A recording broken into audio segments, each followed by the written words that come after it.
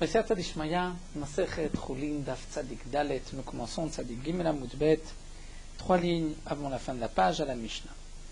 La Mishnah nous enseigne Sholeach Adam Yerech Oved Kochavim, un homme peut envoyer le pied d'une bête à un non-juif. Chez Gid Anaché Betocha, où le nerf sciatique se trouve à l'intérieur, il n'a pas été enlevé. On peut donc l'envoyer au non-juif. Pourquoi? Mipnei Shemekomo Nikar. Parce que l'endroit du Gid Anaché, est-ce qu'il a été pris le Gid Anaché ou pas? On peut le savoir en regardant l'endroit, en regardant le pied de la bête.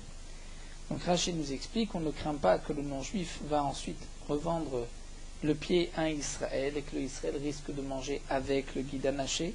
Étant donné que le pied est entier, on voit que le Gid Anaché est là et qu'il n'a pas été enlevé. Donc celui qui achètera du non-juif enlèvera le Gid Anaché avant de manger cette viande. La Gemara posera la question, mais comment on peut acheter de la viande d'un non-juif? Peut-être que c'est une bête qui n'a pas été égorgée. Ça, nous le verrons par la suite. Donc le chidouche de la Mishnah, c'est que si le pied est entier et on voit que le Gid Anaché n'a pas été enlevé, on peut donc le vendre même à un non-juif. La Gemara nous dit, Shelemain chatu chalo, comme nous explique Rashi, le pied yerer signifie qu'il est entier, et non pas chatucha, qu'il n'ait pas été coupé en morceaux. C'est-à-dire que si le pied a été coupé en morceaux, là il faudra enlever le Gid Anaché pour pouvoir le vendre au non-juif, parce que sinon, celui qui achètera du non-juif va manger le pied avec le Gid Anaché. Alors demande l'Agma Bema, est-ce qu'il n'a de quoi on parle? Ilima bemakom shen machezim. Si c'est dans un endroit où on ne proclame pas, c'est-à-dire, nous explique Rashi, que tous les bouchers de l'endroit sont des juifs, et lorsque une bête tréfa se présente à eux, ils ne proclament pas, ils ne disent pas, attention, il y a une bête tréfa aujourd'hui qui va être vendue à un non-juif. Donc dans un tel endroit, lorsqu'il y a une bête tréfa qu'on vend à un non-juif, si on ne le dit pas, donc dans cet endroit-là, on ne pourra pas acheter une bête d'un non-juif, de la viande d'un non-juif, même si on sait que tous les bouchers sont juifs, donc le non-juif l'a certainement acheté à Israël, mais peut-être que c'est une bête tréfa. On ne sait pas qu'il y avait une bête tréfa et le non-juif l'a acheté, donc on ne pourra pas acheter à un non-juif. Alors demande l'Agma, si on est dans un endroit où on ne proclame pas lorsqu'il y a une bête tréfa, et donc on n'achète pas de viande chez un non-juif parce qu'on a toujours le doute, peut-être que cette bête est tréfa, même si c'est vrai qu'elle a été égorgée, puisqu'il n'y a pas d'autre boucherie, mais peut-être que c'était une bête tréfa. Alors, c'est ainsi on pourra envoyer aux non-juifs même le pied d'une bête coupée en morceaux avec le guide, puisque personne ne l'achètera du non-juif. Donc le non-juif lui a le droit de prendre ce morceau de viande, de le manger, et on ne craint pas qu'il va ensuite le revendre à Israël, les halois, tous les misvan mini, on ne va pas acheter chez lui, étant donné qu'on ne proclame pas, donc on ne sait pas lorsqu'il y a une bête tréfa ou pas. Et là, donc on est obligé de dire que notre Mishnah, on parle de Makom chez Machizim, on parle dans un endroit où lorsqu'il y a une bête tréfa, on proclame. Il y a une bête pour les non-juifs, comme nous verrons dans la Gemara, comment on fait pour proclamer. Donc si, dans cet endroit-là, lorsqu'il y a une bête tréfa, on sait qu'il y a une bête tréfa, alors à ce moment-là, puisque les béné Israël achètent même des non-juifs, puisqu'ils savent que le non-juif n'a pas pu tuer la bête, il n'y a que des bouchers et Israël. Si la bête était tréfa, on l'aurait su. Donc lorsque le non-juif nous présente un morceau de viande, on peut l'acheter de chez le non-juif. C'est ainsi, demande Agma Shlema Namelo Lishaderle. Même si le pied est entier, on ne pourrait pas l'envoyer et le donner à un non-juif. Pourquoi? Parce que même si c'est vrai que lorsque le pied est entier, on peut voir est-ce que le Gid Anaché a été pris ou pas, mais peut-être que le non-juif va couper le pied en morceaux, et le juif qui achètera de ce non-juif pensera que le Gid Anaché a été enlevé. Lorsque le pied est coupé, on ne voit pas vraiment que le guide a été enlevé ou s'il n'a pas été enlevé. Donc on craint que peut-être le non-juif va revendre à un Israël, mais après avoir coupé le morceau. Donc si c'est ainsi, demande la Gemara, notre Mishnah où on fait la différence. Lorsque le pied est entier, on peut l'envoyer au non-juif. Lorsqu'il est coupé, on ne peut pas. De quoi on parle? C'est dans un endroit où en machizim, de toute manière on n'achètera pas du non-juif, donc on peut même lui donner un morceau coupé en morceaux. Et si c'est dans un endroit chez machizim, et donc on achète des non-juifs, tant qu'on n'a pas proclamé qu'aujourd'hui il y avait une bête tréfa, donc aujourd'hui la viande fraîche on peut l'acheter, c'est ainsi, même un pied entier on ne pourrait pas vendre aux non-juifs, de peur que lui va le couper en morceaux et va le revendre à Israël. Alors la Gemara donne deux réponses. Iba etema b'makom chez machizim, viba etema b'makom chez machizim. On peut expliquer cette Mishnah qu'on part dans un endroit où on proclame qu'il y a une bête tréfa, et donc dans cet endroit on a le droit d'acheter du non-juif, et iba etema b'makom chez machizim, ou bien on peut expliquer la Mishnah aussi dans un endroit où on ne proclame pas et qu'on n'achète pas du non-juif. Alors quelle est l'explication? Iba etema b'makom chez machizim. On pourrait dire dans un endroit chez machizim où on proclame. Donc puisqu'on proclame lorsqu'il y a une bête tréfa, on a le droit d'acheter d'un non-juif de la viande. C'est sûr que c'est de la viande qui a été égorgée. Si aujourd'hui on n'a pas entendu qu'il y a une bête tréfa, donc on peut acheter du non-juif. À ce moment-là, on pourra on pourra envoyer au non-juif qui risque ensuite de vendre à Israël qu'un pied entier, parce que le pied, on voit qu'il n'a pas été touché, on voit que le guide anaché n'a pas été enlevé, le Israël enlèvera le guide anaché. Mais la question qu'on avait posée, mais peut-être que le non-juif va couper en morceaux, la Gemara répond, la manière dont le non-juif coupe le pied d'une bête, c'est connu, c'est différent du Israël. Comme nous explique Rashi, qu'il y a une différence si c'est coupé dans la longueur, c'est-à-dire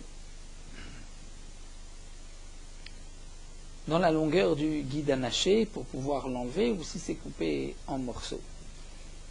Donc puisque le pied de la bête, comme nous explique Rashi, il y a deux manières de le couper, la manière du Israël, la manière du non-juif.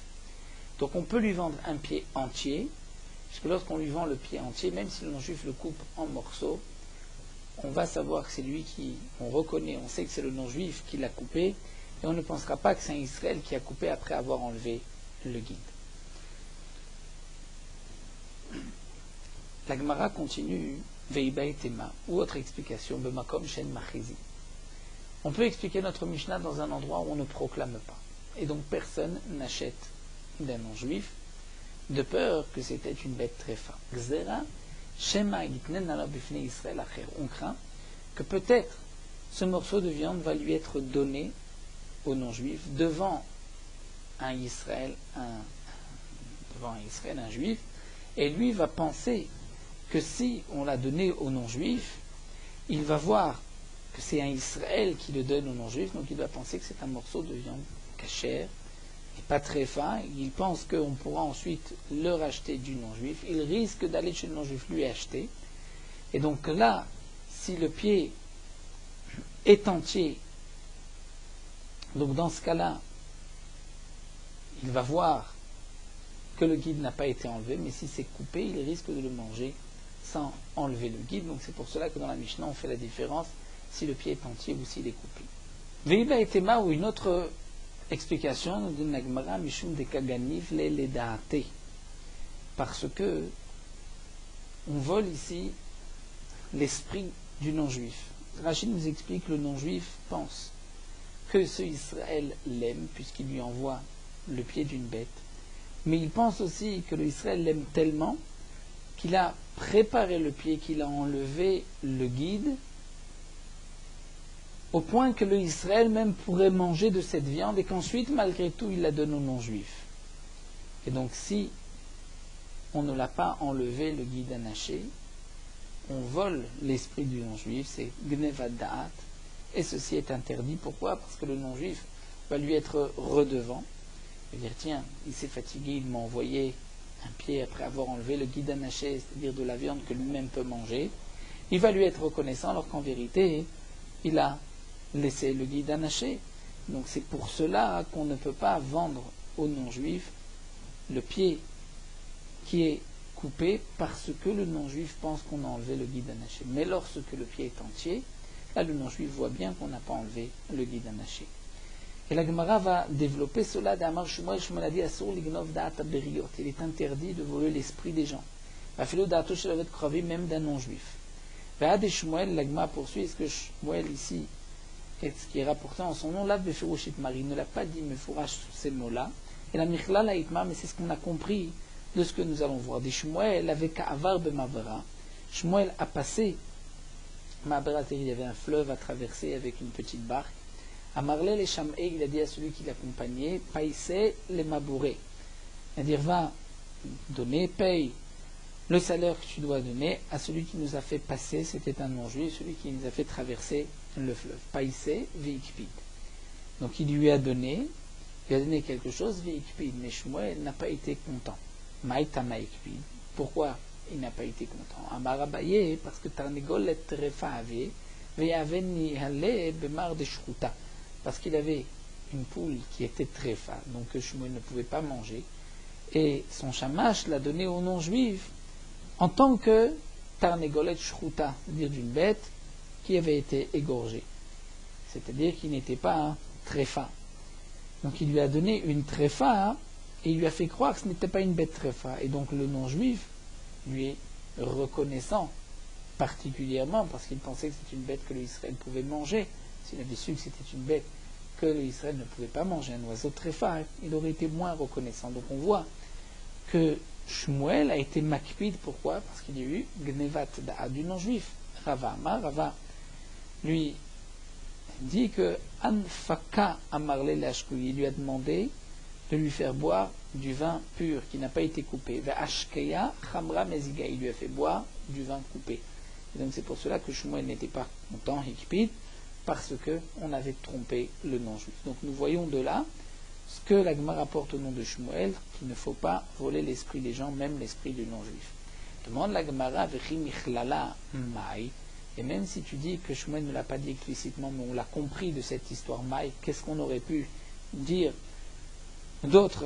Comment aurait-on pu expliquer que Shmuel est makpid? Ce n'est pas parce que Asur lignov da'at haberiot, lorsque la Gemara dit lave c'est qu'on pourrait expliquer Shmuel différemment. La Gemara dit oui, on aurait pu expliquer les mains d'Amar Trefa, et d'après celui qui pense qu'on lui a donné une poule Trefa à Marley, pourquoi Shmuel a été makpid? Parce qu'il a dit à son shamash, Amai tish'ei isura, pourquoi tu as gardé une poule Trefa avec nous aussi longtemps? On aurait pu, sans faire attention, la consommer. C'est pour cela qu'il a été makpid, non pas parce qu'il a trompé le non-juif, on aurait pu dire que c'est parce qu'il a gardé une bête tréfa chez lui. Ou même d'après le man d'Amar Anfeka Marle Lehashkouye, même d'après celui qui dit que Shmuel lui avait demandé de lui faire boire du vin pur, alors on pourrait expliquer que pourquoi Shmuel a été makpid, parce que Anfaka Chaya Mashma. Anfaka, ce vin, c'est du vin pur. Et donc le shamash qui n'a pas écouté les paroles de Shmuel, c'est pour cela que Shmuel n'était pas content, puisque Anfaka c'est du vin pur, et pourtant lui a donné du vin qui était mazou, qui était coupé, et donc c'est par rapport au kavod de Shmuel que Shmuel a été makpid, parce que il n'a pas fait attention à ses paroles. En tout cas, donc la Gemara nous rapporte au nom de Shmuel qu'il ne faut pas voler l'esprit du non-juif. C'est vrai qu'on l'apprend de cette histoire, on aurait pu peut-être l'expliquer différemment, mais la Gemara maintient qu'il ne faut pas voler l'esprit du non-juif, lui faire croire qu'on lui donne un bon morceau, alors qu'en vérité, on n'a pas enlevé le guide anaché. La Gemara continue avec quelques enseignements concernant l'interdiction de voler l'esprit de la personne. Tanya ya Rabbi Meir Omer, al isarev adam lechavero lis'od etzlo.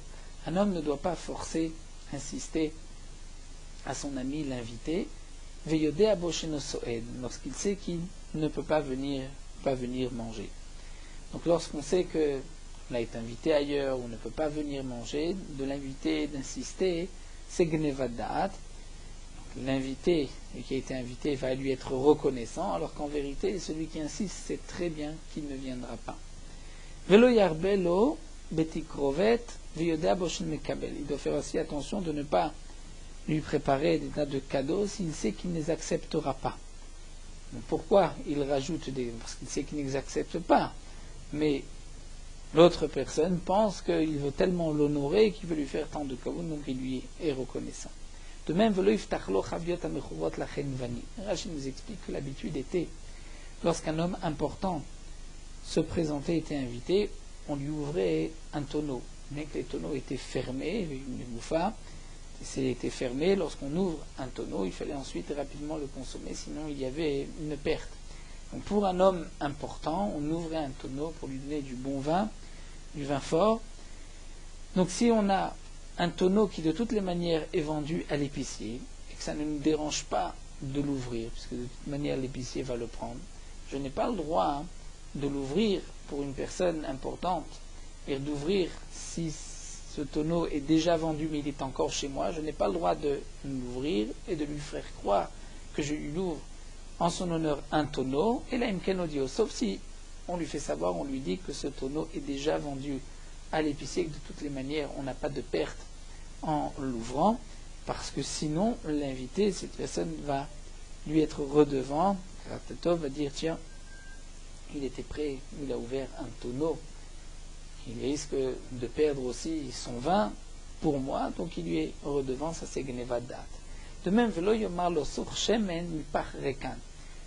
Si on sait, une personne n'a pas l'habitude de s'enduire les doigts, les mains d'huile, comme c'était l'habitude à l'époque, on ne peut pas venir avec une petite fiole vide en lui disant prends un peu d'huile, sachant que de toutes les manières, il ne s'enduit pas, il ne met pas d'huile, parce que là aussi, il va penser qu'on a voulu faire plaisir alors qu'il n'y avait rien. Vim bishvil kevodo mutar, mais si c'est pour son honneur, il y a d'autres personnes présentes, et le fait de lui dire ainsi, c'est l'honorer devant les autres, là, ce sera permis.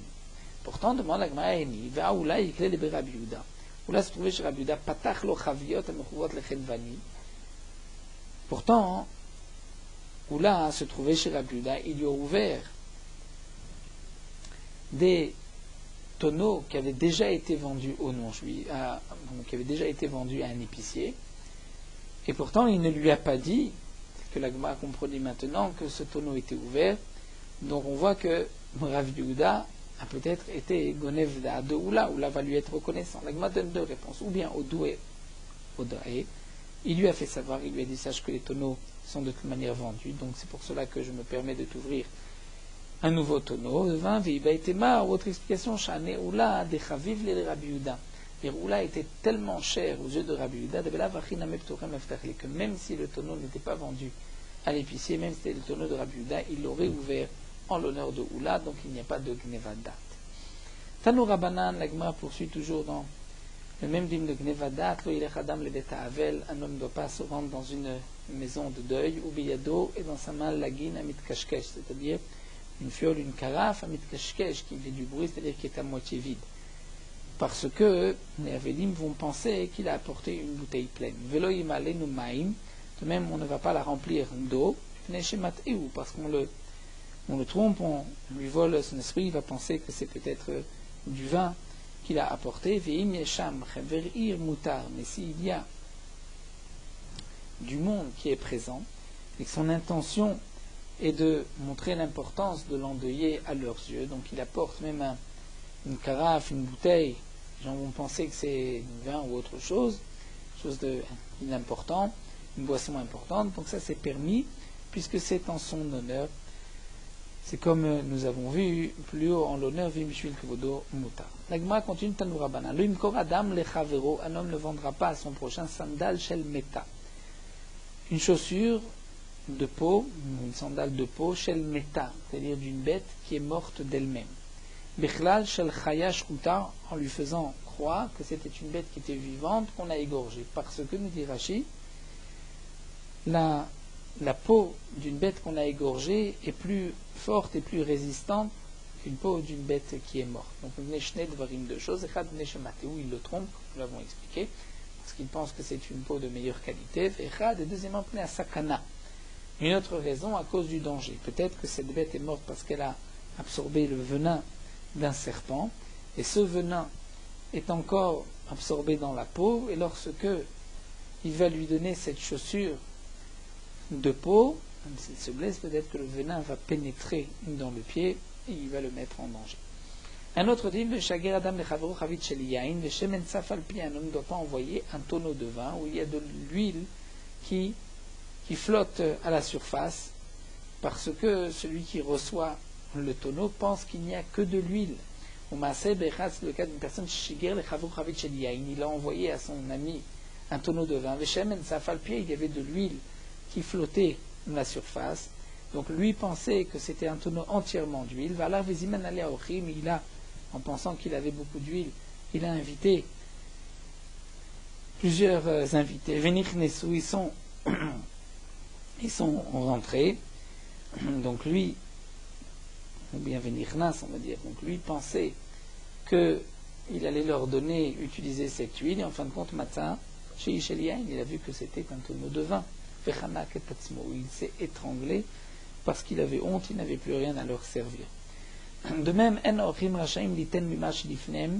les invités n'ont pas le droit de donner de ce qu'on leur a donné à eux, de ce qui est devant eux, au fils ou à la fille du maître de maison. Et là, sauf s'ils ont demandé la permission du balabait du maître de maison. Pourquoi? C'est le cas d'une personne qui il a invité 3 invités, dans les années de famine. Il n'avait à leur donner que Shalosh Betzim, 3 œufs. Babno shel balabait. Le fils du maître de maison est venu. Natal echad mem chelko. Un des invités a pris un œuf, venatnolo, et a donné au fils du balabait. C'était un moment de famine, il était eu pitié, il lui a donné au fils du maître de famille. Vechen sheni, de même a fait le deuxième, vechen shishi le troisième. Ba'aviv shel tinok, lorsque le père de cet enfant est venu. Donc il avait donné 3 œufs à ses invités, umatz'o, et ensuite il a trouvé l'enfant. Sheozek echad befiv, il fermait un œuf dans sa bouche qu'il mangeait. Vishtaim biyado, il avait 2 dans ses mains. Vechabato bakarka, il l'a frappé sur le sol où met et l'enfant est mort. Kevan shirata imor, lorsque la mère a vu cela, alta legag venafla umeta, elle est montée au toit, elle est tombée, elle s'est suicidée, elle est morte. Af, où est lui aussi le mari, ala legag venafal va mettre, et monte au toit, il a sauté, il est tombé, et il est mort. Amar Rableza ben Yaakov, Rableza ben Yaakov dit al davarze, nergu shalosh nefashot mi Israël. Sur cette chose-là sont mortes 3 personnes du klal Israël. Donc nous voyons qu'il faut faire attention, comme nous a dit l'Agma, de ne pas donner la part des invités fils du balabait sans avoir demandé la permission au balabait. La Gemara termine Maï Kamash Malan, quel est le chidouche, qu'est-ce que Rabbi Eliezer ben Yaakov vient nous rajouter? La Gemara nous répond Découle Rabbi Eliezer ben Yaakov. Le chidouche, c'est de dire que tous ces enseignements venaient de Rabbi Eliezer ben Yaakov. Donc nous avons vu le din, attention de Genevat Da'at. La Gemara donc a rapporté par rapport à celui qui donnait le pied d'une bête coupée. Nous avons vu dans la Mishnah que lorsque le pied est entier, on peut le donner aux non-juifs, lorsqu'il est coupé, on ne peut pas pour les différentes raisons que nous avons vues. La Gemara continue Tanoura Banan. Celui qui envoie le pied d'une bête à son ami, un Israël, un autre Israël, Shlema, si le pied est entier, il n'a pas besoin d'enlever le guidanaché, puisque celui qui reçoit le pied de la bête voit que le guidanaché n'a pas été enlevé. Si le pied est coupé, il faut prendre le guidanaché, sinon le Israël va penser qu'il a déjà enlevé le guidanaché, il va manger le nerf sciatique. C'est un non-juif, ben chatucha ben shlema, que ce soit un pied entier ou coupé, il n'est pas nécessaire de prendre le guidanaché. On peut le donner, nous dit la Braïta ici, on peut donner le pied au non-juif, soit coupé ou entier. Mais pour 2 raisons. Nous avons dit que on ne vend pas de bêtes nevelotes qui n'ont pas été égorgées, ou il y a eu un psoul dans la shrita, ou de tréfot. S'il y a eu des tréfot, on ne vend pas un non-juif, un idolâtre. Pourquoi? D'abord parce qu'on le trompe, il pense qu'on lui donne un bon morceau, mais aussi de peur qu'il va retourner et le vendre à un autre Israël. Et s'il le vend à un autre Israël, il va vendre une bête nevela ou tréfa. Et Rachid nous explique, donc on ne vendra pas une bête tréfa à un non-juif sans lui dire. Si on lui dit que la bête est tréfa, là il n'y a plus de gnevat da'at, on pourra lui vendre d'après la première explication. Et d'après la deuxième explication de la Gemara, lorsqu'on est dans un endroit où on n'est pas machiz, lorsqu'il y a une bête tréfa, donc il n'y a pas de crainte qu'un Israël puisse acheter ensuite du non-juif, ou dans un endroit où on proclame, et on a proclamé aujourd'hui que la bête est tréfa, là on pourra vendre aux non-juifs, si on dit aux non-juifs cette bête est tréfa, donc là il n'y a plus de chashash, ni de gnevat da'at, ni qu'ils revendent ensuite à un Israël. Mais si on est dans un endroit où on est machiz, où on proclame, et qu'aujourd'hui, pour une raison ou une autre, on n'a pas pu proclamer, là on ne vendra pas aux non-juifs, sinon il risque de le revendre à Israël. La Gemara continue, un homme ne dira pas à un non-juif, car prends, voici une pièce, un dinar, et achète-moi de la viande. Pour deux raisons. Première raison, de peur que le non-juif vienne prendre avec force de la viande, il va voler, il va prendre du boucher, mais il ne va pas lui payer. Deuxième raison, de peur que le boucher va vendre au non-juif des nevelot ou trefot. Il ne sait pas que ce non-juif est juste l'envoyé d'un Israël. Reprenons ce que nous avons vu à Marmar,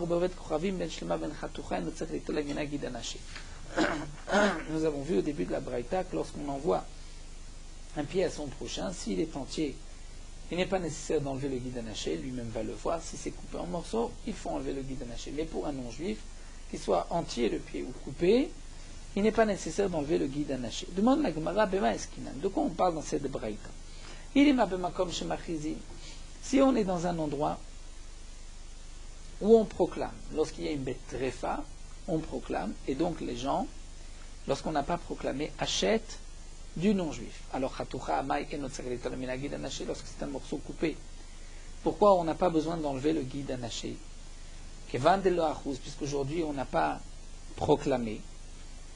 Donc les gens pensent qu'aujourd'hui il n'y a pas de tréfot sur le marché. Donc atel et misvan mini, ils risquent d'acheter du non-juif et ils vont acheter le pied coupé en pensant que le guide anaché a été enlevé. Donc pourquoi on peut vendre aux non-juifs le pied coupé? Et la pshita.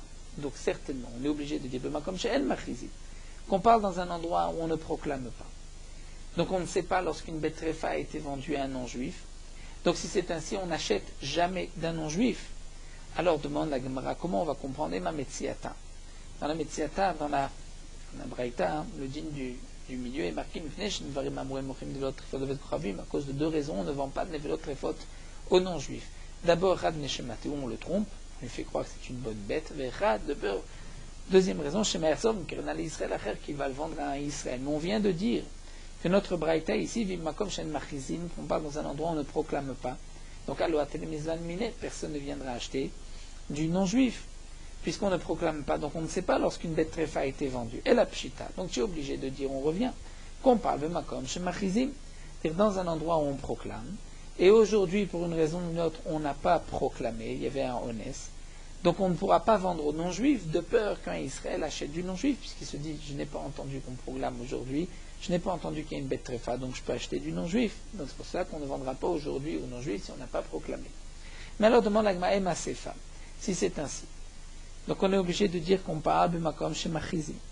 Alors comment va-t-on comprendre la sefa? C'est-à-dire la recha, on a vu qu'on est obligé de dire, on parle dans un endroit où on ne proclame pas, donc on n'achètera pas du non-juif. La Metsiata, on parle dans un endroit où on proclame, donc on peut acheter du non-juif, mais aujourd'hui on n'a pas proclamé, donc on ne lui vendra pas une bête tréfa. Mais alors la fin de la Braïta, Ema Sefa, Lo Yemaradam Levet Kuravim, un homme ne dira pas à un non-juif, car les dinar Zebassar va m'acheter avec ce dinar de la viande, Neshnet Varim à cause de deux choses, peut-être que le non-juif va garder l'argent, peut-être qu'on va lui vendre Nevelot ou Trefot. Si on parle ici dans un endroit où on proclame, Imitada Avet Trefa, si vraiment il y avait une bête tréfa, on l'aurait proclamé. Si on n'a pas proclamé, c'est qu'il n'y a pas de tréfa. Donc pourquoi on ne pourrait pas demander aux non-juifs d'acheter un morceau de viande d'après la deuxième raison? Et la pshita, comme chez le Machizi, tu es obligé de dire que la sefa, le troisième cas de la Mishnah, de la Braïta, on parle dans un endroit où on ne proclame pas. Et donc puisqu'on ne proclame pas, on ne sait pas si il y a une bête tréfa ou pas. Et donc c'est pour cela qu'on ne peut pas donner de l'argent pour que le non-juif nous achète de la viande. Donc il en ressort de cette dernière braïta que Recha Vesefa, on parle de Makom Shen Machizim, on ne proclame pas. Et donc c'est pour cela que on peut envoyer aux non-juifs, puisque de toute manière personne n'achètera, et c'est pour cela qu'on peut envoyer aussi, qu'on ne peut pas envoyer de l'argent à un non-juif pour acheter de la viande de peur qu'on lui donne une bête très fin. Et la Metsiata, on parle de Makom Shen Machizim dans un endroit où généralement on proclame, aujourd'hui on n'avait pas proclamé. Donc c'est pour cela qu'on ne vendra pas la bête tréfa aux non-juifs. Mais il est difficile d'expliquer une braïta que la Recha et la Sefa parlent dans un cas précis, la Metsiata au milieu, deuxième cas ne parle pas de ce même cas-là. de ce même contexte. Amar Abaye, Abaye dit oui, si on n'a pas le choix, on dira Recha Vesef Makom Shen Machizim, Tziatab Makom Shen Machizim. Le digne de la Recha, que lorsqu'on vend à un non-juif, que le pied soit entier ou coupé, on n'a pas besoin d'enlever le guide anaché, on parle dans un endroit She'en Machizim, où on ne proclame pas lorsqu'il y a une bête tréfa, et donc on peut vendre aux non-juifs sans enlever le guide anaché, puisque de toute manière personne n'achètera de viande chez le non-juif.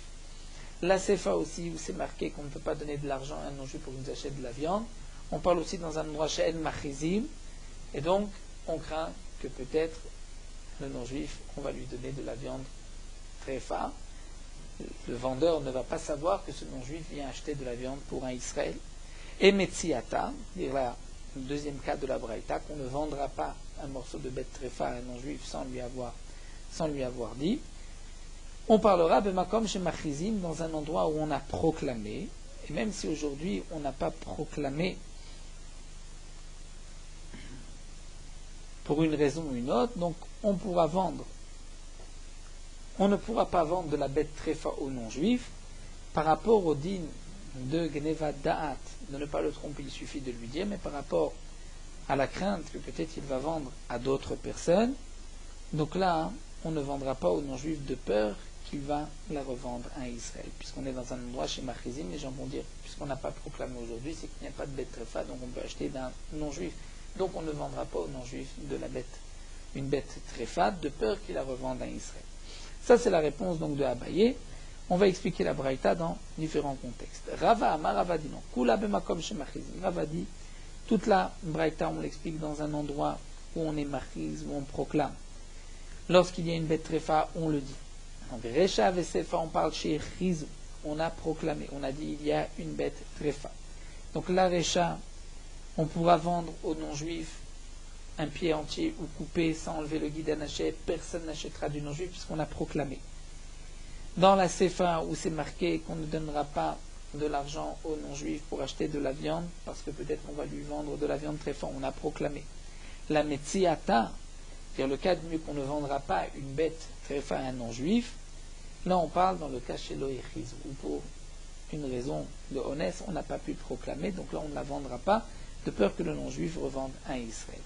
Ça c'est la réponse de Rava. Ravashi Amar, Ravashi lui répond, Kula bemakom shen machizim. En vérité, on va parler ici du cas où makom shen machizim, où on ne proclame pas. Et donc personne n'achète de viande d'un non-juif, puisque lorsqu'il y a une bête tréfa, on la vend au non-juif et on ne le dit pas. Donc là, Recha, je comprends pourquoi je peux vendre au non-juif un pied entier ou coupé. Aucun Israël n'achètera de ce non-juif. Donc même si on n'a pas enlevé le guide anaché, personne n'achètera, il n'y a pas de crainte.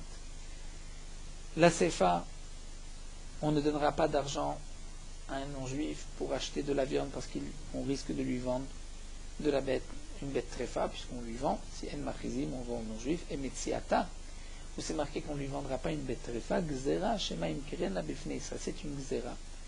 Pourquoi on ne vendra pas de la viande à un non-juif de peur qu'il va la vendre devant un Israël, c'est-à-dire de peur que le boucher va la vendre devant Israël, et ce Israël qui a vu le boucher vendre ne sait pas que c'est une bête tréfa, il pense que c'est une bête chéra, et donc il risque de l'acheter. Rashi précise, mais pourtant, dans la Recha, lorsqu'on envoie le pied à un non-juif, on a vu que même s'il est entier ou coupé et qu'on n'a pas enlevé le guide anaché, il n'y a pas de crainte parce que personne n'achètera de ce non-juif. Pourquoi on ne dit pas que peut-être ce cadeau non-juif va être donné devant Israël qui ensuite achètera? Donc Rashi nous dit, c'est différent. Lorsqu'on est à côté de l'abattoir, il y a beaucoup d'Israël qui se promènent, donc on craint que le Israël a vu, alors que lorsqu'on envoie dans la maison du non-juif, on ne craint pas qu'un Israël a vu ce cadeau qu'on a donné au non-juif. Donc là, nous avons répondu de différentes manières. Comment expliquer la Braïta? Donc réponse de Abaye, Rava et Ravashi. La Gemara continue, Echim machizinam. Lorsqu'on doit proclamer qu'il y a une bête tréfa, donc dans un endroit où il n'y a que des bouchers, donc la viande n'est vendue que par des shochatim, des juifs, lorsqu'on a une bête tréfa, comment on proclame? Rav Yitzchak bar Yosef, on dit Nafal bisra le benechela. Nous avons aujourd'hui de la viande pour les non-juifs. Je me demande, Velema Nafal trefata le benechela. Pourquoi on ne précise pas On a aujourd'hui reçu une bête tréfa pour les non-juifs. La Gemara dit l'osavne, parce que les non-juifs, dans ce cas-là, n'achètent pas. Si ils ont entendu que c'est une bête qu'on ne veut pas acheter, eux ne vont pas acheter. Mais lorsqu'on dit on a de la viande pour les non-juifs, ils vont se tromper, ils vont penser que c'est de la viande cachère, ils vont penser peut-être qu'on a un surplus de viande. Ils ne savent pas que c'est une bête tréfa. La Gemara répond, ça ne s'appelle pas voler l'esprit du non-juif, ce sont eux-mêmes, le non-juif lui-même qui se trompe. On ne l'a pas enduit en erreur, on a dit juste qu'il y a de la viande. Si lui a compris que c'est de la viande cachère, ça ne s'appelle pas Gnevadat. Il y a des marzoutra, comme marzoutra, Berid Rav Nachman, avec Kazil, il allait mais Sicha le Bemechouze, de cet endroit, Sicha le Bemechouze. Les Rava et Rav Safra, vous kâtez les Sicha, et Rava et Rav Safra venaient, les Sicha, eux, se rendaient à Sicha. Et en fin de compte, Pagou à Adadé, ils se sont rencontrés. Donc, vous savoir, lui, Rav Marzoutra pensait que Rava et Rav Safra sont les apéodécatos, sont venus à sa rencontre. Amar Léou, il leur a dit, Lama il Rabanan, pourquoi vous vous êtes dérangés de venir à ma rencontre? Amar Lé Rav Safra lui a dit la vérité, Anan lo avi yadin andekatema. Nous, on ne savait pas que vous, Rav Marzoutra, vous alliez venir ici. Il y avait Yadinan, fait avec Tachinan, et si on avait su, on serait dérangé plus, mais on ne savait pas. En vérité, on allait dans la direction de Sicha. Amalé Rava, ensuite Rava a dit à Rav Safra, Maïta ma martagachi, pourquoi tu lui as dit ainsi? Tu lui as dit que tu n'es pas sorti à sa rencontre d'Achlish, Ateledate. Et au départ, il était content, il pensait qu'on l'avait honoré. Maintenant, tu lui as dit non, on n'est pas venu à ta rencontre. Il ne fallait rien lui dire. Amalé, alors Rav Safra lui dit, va kamatinanle. Pourtant, on le trompe, Gnevadat, il va penser qu'on est venu à sa rencontre. Et Rava a répondu, chez nous, on ne l'a pas enduit en erreur. C'est lui qui s'est trompé, qui pensait qu'on est sorti à sa rencontre. On n'est pas obligé de lui dire qu'on n'est pas sorti à sa rencontre. Donc on voit que lorsque l'homme se trompe de lui-même, ça ne s'appelle pas Gnevadat, et donc de même pour le non-juif, si on dit qu'il y a de la viande pour les non-juifs, on ne précise pas quelle viande, ce n'est pas Gnevadat. Alors nous allons nous arrêter ici, Yahu Tabacha. Nous terminons Merot Halacha Daf Tzadik Dalet. Donc le din qu'on doit se laver les mains après avoir consommé un aliment de lait pour manger de la viande, il faut se laver les mains jusqu'en deuxième phalange des doigts. Et il n'est pas nécessaire de se laver les mains jusqu'à la troisième phalange, jusqu'à l'endroit où sont reliés les doigts avec la paume de la main. Et donc il est évident qu'il n'est pas nécessaire non plus de se laver les mains jusqu'au poignet. De plus, nous n'avons pas besoin d'un kéli, on peut se laver les mains directement du robinet ou frotter ses mains dans de l'eau qui se trouve dans un kéli. Certains, lorsqu'ils m'ont marqué que ce din de se laver les mains, c'est seulement si on mange avec les mains. Dans ce cas-là, on craint qu'il y ait des restes de fromage collés dans les mains, mais lorsqu'on consomme, on mange avec des couteaux et fourchettes, dans ce cas-là, il n'est pas nécessaire de se laver les mains entre le fromage et la viande. Mais d'autres poskim disent que le minag est d'être mahmir, même lorsqu'on mange avec des couverts, de se laver les mains entre le poisson et la viande.